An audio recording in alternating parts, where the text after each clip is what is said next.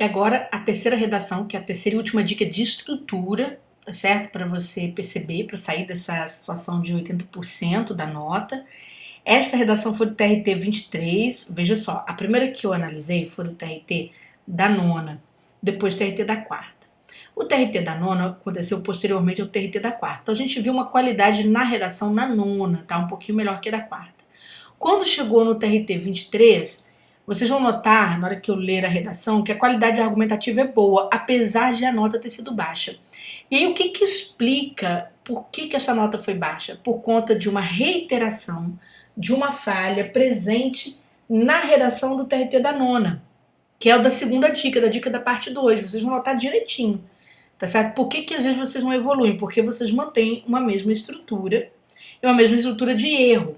Então a gente tem que notar, não adianta só escrever bem, você tem que escrever dentro dos critérios avaliativos da banca, tá? Então eu vou reiterar aqui para ficar bem firme, que vocês vão conseguir entender.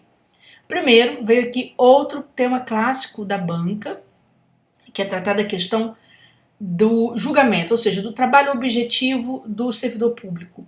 Vez ou outra traz isso, o papel objetivo do Estado, o papel objetivo dos juízes e tal. E aqui essa frase, ela diz assim, ó: pode haver dois riscos no julgamento para o magistrado. O julgamento ficar muito rígido, né, na letra da lei, ignorando circunstâncias, né, peculiares ao evento julgado, certo? Ele olha só para a lei e não pensa em situações que levaram aquela pessoa, por exemplo, na seara penal a cometer tal crime, certo? Por exemplo, vou dar um exemplo para vocês. Lamentavelmente, a gente teve o caso daquele pai, né, que não lembro agora a cidade, mas que trabalhava no sinal com a criança dele, né, no semáforo, e veio um carro em alta velocidade, o motorista estava bêbado, atropelou, matou essa criança, né, o motorista tentou sair do carro, o pai apedrejou o motorista. E quando chegou à frente da autoridade policial, né, quer dizer, o apedrejou e o motorista morreu. Quando chegou à frente, ali, de frente para a autoridade policial, o delegado viu que ele estava sob forte emoção. Então, quer dizer, se olhar a letra, sobre a letra da lei, ele cometeu um homicídio. Tudo bem? Porque ele apedrejou o cara. Se olhar as circunstâncias do evento, né? Quais foram as circunstâncias que o levaram a isso? E aí tá. Então, tem juiz que vai fazer somente isso, vai olhar a letra da lei, ou ele vai elevar-se com excesso de liberdade ao que considera espírito da lei, incorporando assim considerável subjetividade à sentença. Ou seja, a lei não diz aquilo, mas ele força a barra, tá? Ele força a barra para exceder o que está ali na lei sem pensar em circunstância nem nada. Ou seja, coloca um aspecto muito pessoal no seu julgamento. E aí a banca traz essa primeira frase, aquilo que eu falei com vocês. A primeira sentença que a Fundação Carlos Chagas dá, o que acontece ali? Veja só, na hora de você ler isso na prova, tá? Principalmente para essa minha aluna que está querendo melhorar. E o erro está exatamente nesse ponto. A primeira sentença é o senso comum ou o senso particular das coisas. A segunda sentença é que importa a redação no concurso público. Então, o olhar de quem vai redigir tem que estar centrado nessa parte aqui, ó. Desejável será um julgamento no qual se evitem ambos os riscos. Desejável será um julgamento no qual se evitem ambos os riscos. Então, na hora de você fazer a abordagem do tema, né, trazer a tua perspectiva, qual vai ser o olhar que você vai direcionar em cima dessa segunda sentença? De você mostrar o que seria um julgamento, ó, mostrar o que seria um julgamento sem esses riscos. Então você está trazendo para mim soluções, tudo bem? Ou mostrar o problema por trás disso aqui. Tá? E aí você está trazendo a causa por que isso aqui seria desejável. Então você pode mostrar também o que leva aqueles riscos. Então os fatores envolvidos nos riscos.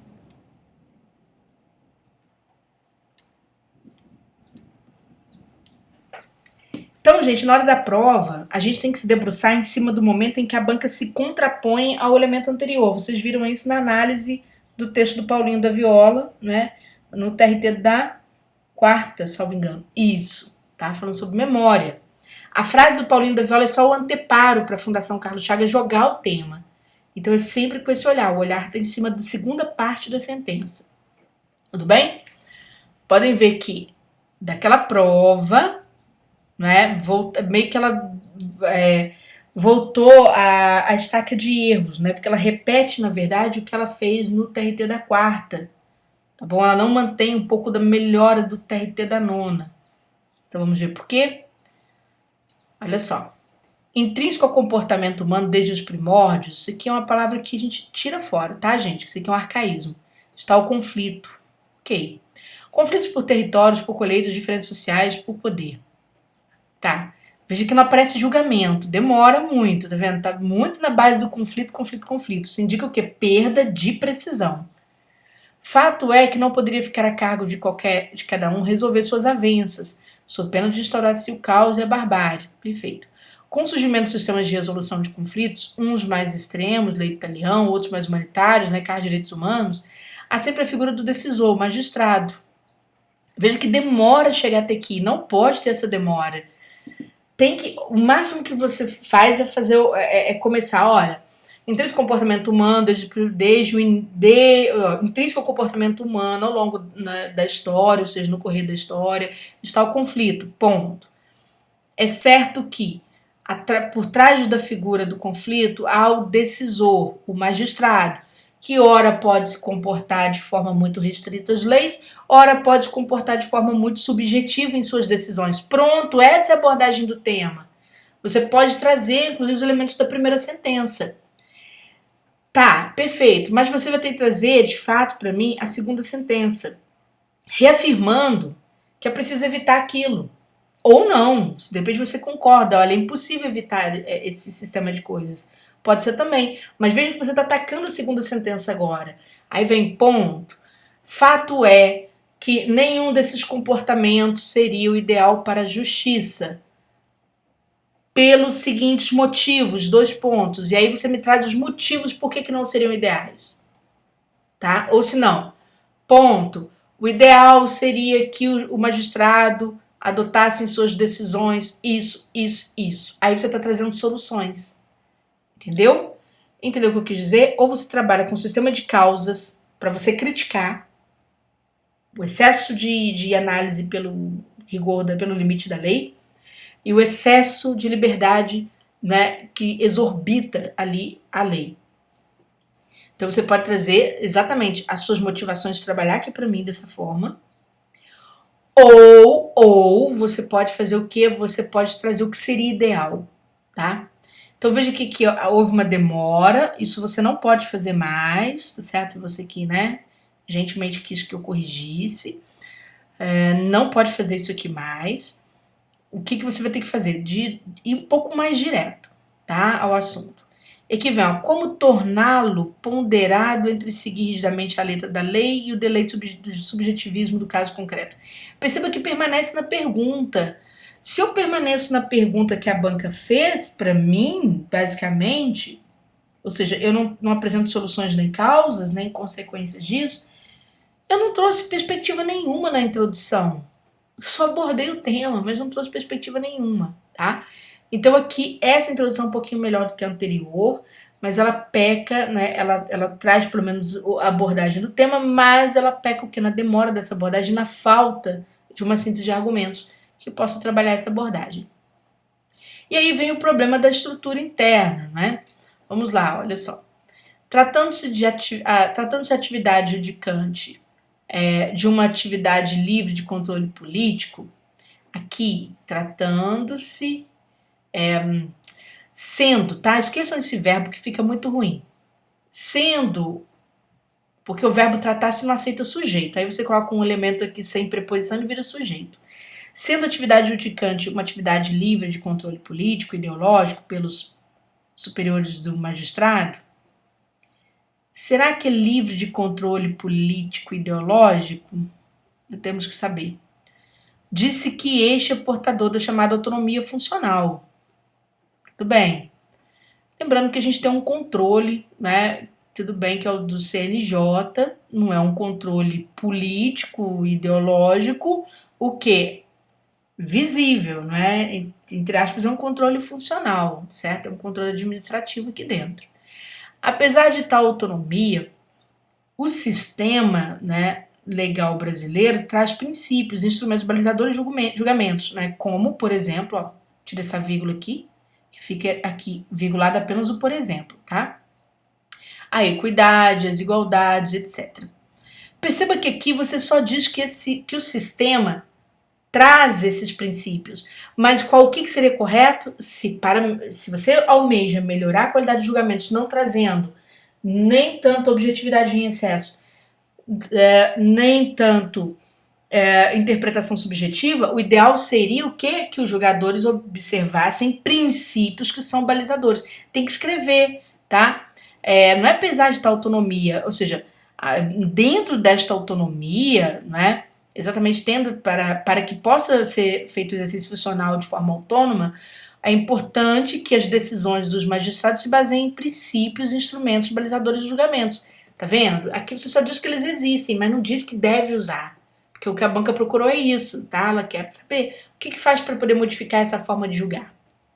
Tudo bem? Então, isso é muito comum, gente, a gente escrever as coisas, na nossa cabeça estar a ideia, mas a gente não ser claro em relação ao que a gente quer escrever.